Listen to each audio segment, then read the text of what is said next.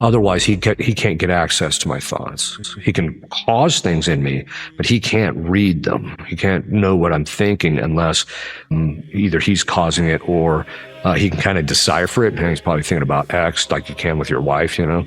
You can figure out what she's thinking just by how she's reacting. But they can hear our thoughts in that actual process.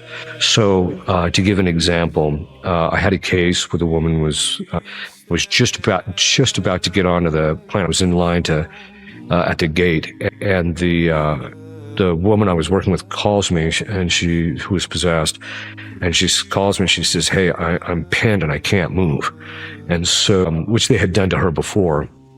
And then she hands the phone to the assistants, because anytime I do and they said, yeah, they took the phone. They said, yeah, we can't budge her, we can't move her. And I'm like, well, I'm standing, I'm literally handing the stewardess or whatever, the gate woman, my boarding pass. So I just said, well, I can't do it now, but my flight's only about an hour. I'll call you in about an hour.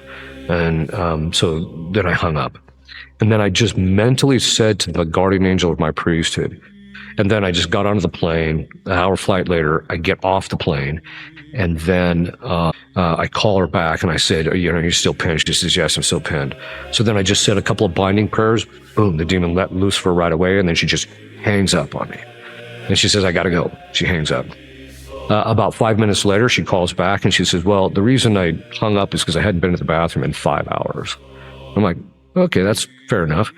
And then she said, and by the way, did you send the guardian angel of your priesthood to me? And I said, yeah, how did you know? He said he appeared to me and held my hand during this whole episode. So the fact that I was able to mentally communicate that with my guardian angel is an indicator that they can hear our thoughts. The way that our guardian angels work is their involvement in our life is based on two things. One, what God tells them to do. Or I don't want you to protect them under this circumstance because I want them to go through this test, or I want them to suffer this for the sake of their soul, or whatever the case is. But the primary way that they get involved in our lives is by our asking them. So the more we ask them, and the more we invoke their intersection and working in our lives, the more they become involved. And so sometimes people will say, well, my guardian angel doesn't do anything. I'm like, well, how much do you communicate with the guy? So if you communicate with them every single day, then you'll find that they'll be actually more involved in your life. Now, sometimes people will say, well, how do I know my guardian angel is even involved in my life? And it's very simple.